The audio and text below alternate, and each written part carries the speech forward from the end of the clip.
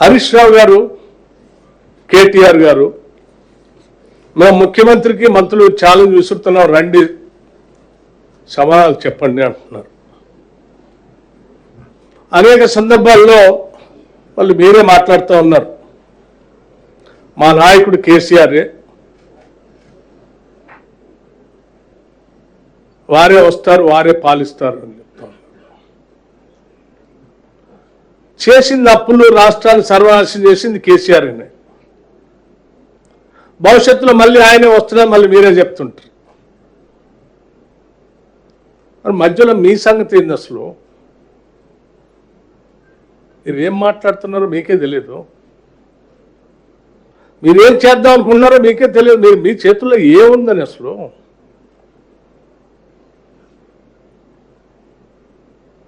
అబద్ధాలు పోగేసుకొని ప్రచారం చేయటం తప్ప మీ చేతుల్లో ఏముంది? నేను చాలా స్పష్టంగా, నిజంగా మీకు ఏమాత్రం బాధ్యత ఉన్నా 10 సంవత్సరాలు ఈ రాష్ట్ర ముఖ్యమంత్రిగా పనిచేసిన కేసీఆర్ గారికే సవాల్ విసురుతున్నాం, స్పష్టంగా చెప్తా ఉన్నాం. నేను అనేక అంశాలపైన మాట్లాడటానికి సిద్ధంగా ఉన్నాను. చేసిన అప్పులు వాస్తవం కాదా? ఈ రాష్ట్రాన్ని తాకట్టు పెట్టి ఈ రాష్ట్రం మీద భారం వేసిపోయింది వాస్తవం కాదా? నేను ఈరోజు ప్రత్యక్షంగా ఈ షీట్ని ఎక్కడ పడితే అక్కడ రాష్ట్రం ఇన్ని అప్పులు చేయలేదు అని పదే పదే హరీష్ రావు గారు పవర్ పాయింట్ ప్రజెంటేషన్ ఇస్తున్నారు. ఈ అప్పులన్నీ ఎవరు చేశారు? 2014 నుంచి 2023 వరకు మీరే కదా. ఇవన్నీ తెచ్చింది మీరే కదా, మీ ముఖ్యమంత్రే కదా, ఆనాటి మీ ముఖ్యమంత్రి కదా. మీరు దాస్తే దాగే కాదు కదా, ఈ రికార్డ్స్లో ఉండే కదా. అక్షరాల మీరు రకరకాల మార్గాల ద్వారా రాష్ట్రాలు తెచ్చిన అప్పులు, ఎఫ్ఆర్బిఎం పేరు మీద కొన్ని, government guaranteed loans raised by అంటే కార్పొరేషన్స్ పేరు మీద కొన్ని, మీరు ఎంప్లాయీస్కి పెండింగ్ పెట్టిపోయినటువంటి అప్పులు కొన్ని, డిస్కమ్స్కి ఎనర్జీస్కి కట్టాల్సిన అప్పులు కొన్ని, ఇవన్నీ ఈరోజు లెక్కలు ఉన్నాయే కదా. ఇవన్నీ కలిపి 8,21,651 కోట్లు మీరు బకాయి పెట్టిపోయారు కదా అప్పులు చేసి. ఇది వాస్తవం కాదా? ఇవి చెప్పండి మీరు. ఈ బకాయిలు అన్నీ ఇవాళ రాష్ట్రం చెల్లించాల్సిన అవసరం లేదు, కేసీఆర్ చెల్లిస్తాడు, రాష్ట్రం మీద అప్పు లేదని చెప్పండి, మరి చెల్లించండి. మరి మీరు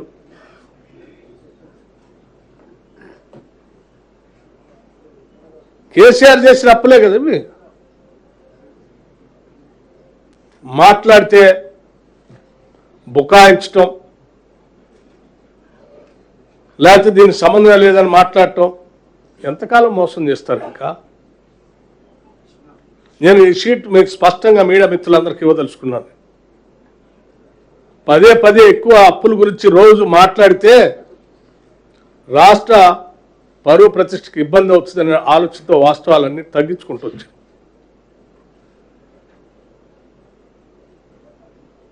సమాధానం చెప్పాల్సింది కేసీఆర్ దీని మీద.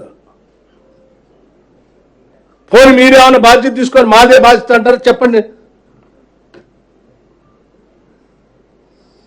మీరేం గతంలో పాలన చేసినప్పుడు మాకు సంబంధం లేదు ముఖ్యమంత్రి గారు అంటారు, రేపొద్దున కూడా మాకు సంబంధం లేదు ఆయనే వస్తాను అంటుంటారు. మధ్యలో మాత్రం మేమే వస్తాం సమాధానాలు చెప్పాలని అడుగుతాం. దేనికి మీకు ఏముందని సమాధానం చెప్పేది? అసలు వెనక లేదు ముందు లేదు, గతం లేదు భవిష్యత్తు లేదు మీకు. ఇంకో మాట్లాడతారు దీనికి సంబంధించి అప్పులు. ఇది రాష్ట్రం ప్రభుత్వం రాగానే అసలు వైట్ పేపర్ పెట్టి ఆ రోజు చర్చ పెట్టాం, ప్రింటెడ్ బుక్కే ఇచ్చాం శాసనసభలో. ఇవాళ మీరు చేసిన కేసీఆర్ చేసిన అప్పులకి రాష్ట్ర ప్రభుత్వం ఇప్పటికీ 2,30,381 కోట్ల రూపాయలు ఒకసారి ఆలోచించండి. 2,08,681 కోట్ల రూపాయలు. 2,08,681 కోట్ల రూపాయలని ఇటు బ్యాంకులకి చెల్లించాం.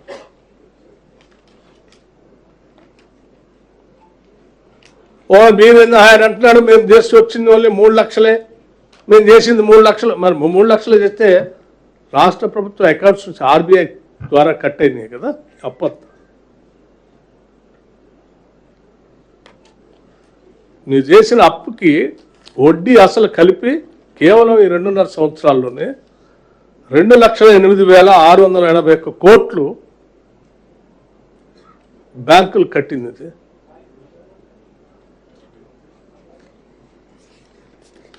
అప్పుల పరంగా ఇది మీరు చేసిన అప్పులు తట్టుకోలేక ఏదో అక్కడ ఇక్కడ మేనేజ్ చేసుకుంటూ ఇటు అప్పులు కడుతూనే నెల నెల ఉద్యోగస్తులు జీతాలు ఇస్తూనే రైతు భరోసా మళ్ళీ ఇస్తూనే అనేక సంక్షేమ పథకాలు అమలు చేస్తూనే రాష్ట్ర ప్రయోజనాలు కాపాడటం కోసం చేసిన అప్పుల్లోంచి కూడా కొంత తగ్గించడం కోసం డెట్ రీస్ట్రక్చరింగ్ కూడా చేసుకుంటూ ముందు తీసుకొని పోతా ఉన్నాం. మీరు తెచ్చే అప్పులు 10.5 రేట్ ఆఫ్ ఇంట్రెస్ట్, 10%. అడ్డగోలుగా ఏ రేటు దొరికితే ఆ రేటుకి తీసుకొస్తారు, దాని భారం ఇస్తారు. ఇవాళ మేము వచ్చిన దగ్గర నుంచి బయటికి ఎంతో జాగ్రత్తగా రీస్ట్రక్చరింగ్ చేసి ఎక్కువ వడ్డీతో ఉన్న అప్పులను తగ్గించడం కోసం అదనంగా వేరే దగ్గర తీసుకుని అవి కట్టి క్లోజ్ చేసి తక్కువ వడ్డీకి మళ్ళీ వాటిని రీస్ట్రక్చరింగ్ చేస్తే ఇప్పటివరకు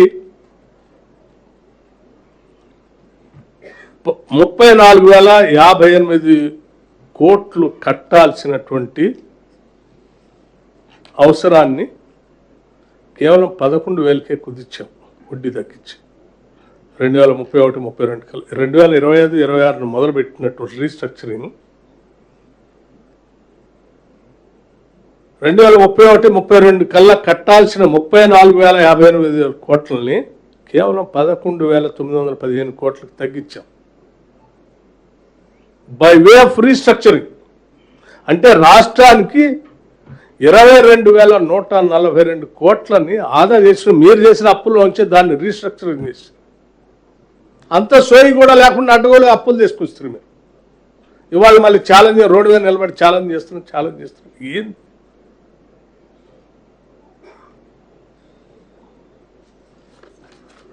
మళ్ళీ నేను ఛాలెంజ్ చేసిన ఆయన రాలేదు, ఈయన రాలేదు. రెండో అంశం, రాష్ట్రానికి సంబంధించి తెలంగాణ రాష్ట్రానికి సంబంధించినంత వరకు సింగరేణి కాలరీస్ ప్రభుత్వ రంగ సంస్థ. ఆ సంస్థ ఆస్తులు, వనరులు, అక్కడ పనిచేసే ఉద్యోగస్తులు అందరూ ఈ రాష్ట్రానికి సంబంధించిన ఆస్తులు. పొద్దు లేస్తే సాయంత్రం దాకా రోజుకు ఒక దగ్గర పోయి సింగరేణి మీద అబద్ధాలు పోగేసి ప్రచారం చేసుకుంటూ పోతూ ఉంటారు. ఎవరిని నష్టపరుద్దామని నేను సూటిగా అడుగుతా ఉన్నాను కేసీఆర్ గారిని. లెక్కలతో సహా 2014 నుంచి 2023 వరకు ఈ రాష్ట్రంలో ఉన్నటువంటి కోల్ బ్లాక్స్ సంబంధించి ఈ రాష్ట్రంలో ఉన్న థర్మల్ పవర్ ప్రాజెక్ట్స్కి లేకపోతే బయట ఉన్నటువంటి థర్మల్ పవర్ ప్రాజెక్ట్స్కి అమ్ముకోవటానికి పనికొచ్చేటువంటి ఉపయోగపడే సింగరేణి కోల్ బ్లాక్స్ సంబంధించిన కోల్ని ఈ 10 సంవత్సరాల్లో ఆ కోల్ బ్లాక్స్ని పెంచడానికి ఒక్క చిన్న ప్రయత్నమైనా మీరు చేశారా? అదనంగా ఒక కోల్ బ్లాక్ని యాడ్ చేశారా? ఉన్న థర్మల్ పవర్ ప్రాజెక్ట్స్ నడవటానికి ఉన్న కోల్ బ్లాక్స్ కోల్ మైనింగ్ అయితే ఉంటే కొన్ని మూసుకుంటూ వస్తూ ఉంటారు. మూసుకుంటూ వచ్చినటువంటి వాటి కొత్త ఓపెన్ చేసి మళ్ళీ వాటికి సరిపోయేటట్టుగా ప్రొడక్షన్ అందించే పరిస్థితి చేసుకోవాలి, ఎవరైనా ప్లాన్ చేసుకుంటారు. 10 ఏళ్లలో ఉన్న థర్మల్ పవర్ ప్రాజెక్ట్స్కి అదనంగా ఏమన్నా కొత్తగా కోల్ బ్లాక్స్ మీరు యాడ్ చేశారా? 10 సంవత్సరాలు చేయలేదు కదా. కానీ కొన్ని బ్లాక్స్ మాత్రం కోల్ అయిపోయి క్లోజ్ చేశారు కదా. కనీసం క్లోజ్ చేసినటువంటి వాటికైనా మీరు ఇంకో కొత్త యాడ్ చేశారంటే చేయలేదు. అవి చేయకపోగా అదనంగా భద్రాద్రి థర్మల్ పవర్ స్టేషన్ని, యాదాద్రి థర్మల్ పవర్ స్టేషన్ని, థర్మల్ ప్రాజెక్ట్ని అయితే మీరు ప్లాన్ చేసి ఉన్న వాటికే మీరు అదనంగా కోల్ బ్లాక్స్ యాడ్ చేయలేదు. 10 ఏళ్లలో కొన్ని మూసేసుకుంటూ వస్తూ ఉంటే మరి కొత్త ప్రాజెక్టులు పెట్టినోడు ఎవడైనా తలకాయ ఉన్నాడు. మినిమం కామన్ సెన్స్ కదా ఇది. ఆడొక 4000 మెగావాట్లు, ఏడొక దాదాపు 5,000 పైన అదనంగా థర్మల్ పవర్ ప్రాజెక్టులు యాడ్ చేస్తారు. సరే, మీరు మొదలుపెట్టిన దానికి మీరు వాటి మధ్యలో ఆగిపోతే అలా వదిలేస్తే భారం అని మేము రోజు నెల రివ్యూ చేస్తే అనేది ప్రొడక్షన్లో తీసుకొచ్చిన దాన్ని ఏమన్నా కోల్ బ్లాక్ అదనంగా మీరు ఏమన్నా సింగరేణి కాలనీస్ ద్వారా దీనికి అటాచ్ చేశారా, యాడ్ చేశారా అంటే చేయలేదే. నేను అడుగుతా ఉన్నాను సూటిగా హరీష్ రావుని, కేటీఆర్ని, కేసీఆర్ని, మీరు రాష్ట్ర ప్రయోజనాల గురించి మాట్లాడేవాళ్ళు అయితే ఈ థర్మల్ పవర్ ప్రాజెక్ట్స్ కోసం గత కాంగ్రెస్ ప్రభుత్వాలు ఉమ్మడి రాష్ట్రంలో ఏ రకంగా అయితే తెలంగాణలో ఉన్న కోల్ బ్లాక్స్ యాడ్ చేసుకుంటూ వచ్చారో మీరు ఎందుకు చేయలేదు? ఉన్న వాటి కోసం యాడ్ చేయలేదు. పోనీ ఆ భారతీయ జనతా పార్టీ సంబంధించిన కేంద్ర ప్రభుత్వం ఆక్షన్ చేస్తా అంటే ఆ ఆక్షన్లోనైనా పార్టిసిపేట్ చేసి తీసుకొచ్చి యాడ్ చేస్తారంటే అవి చేయలేదు.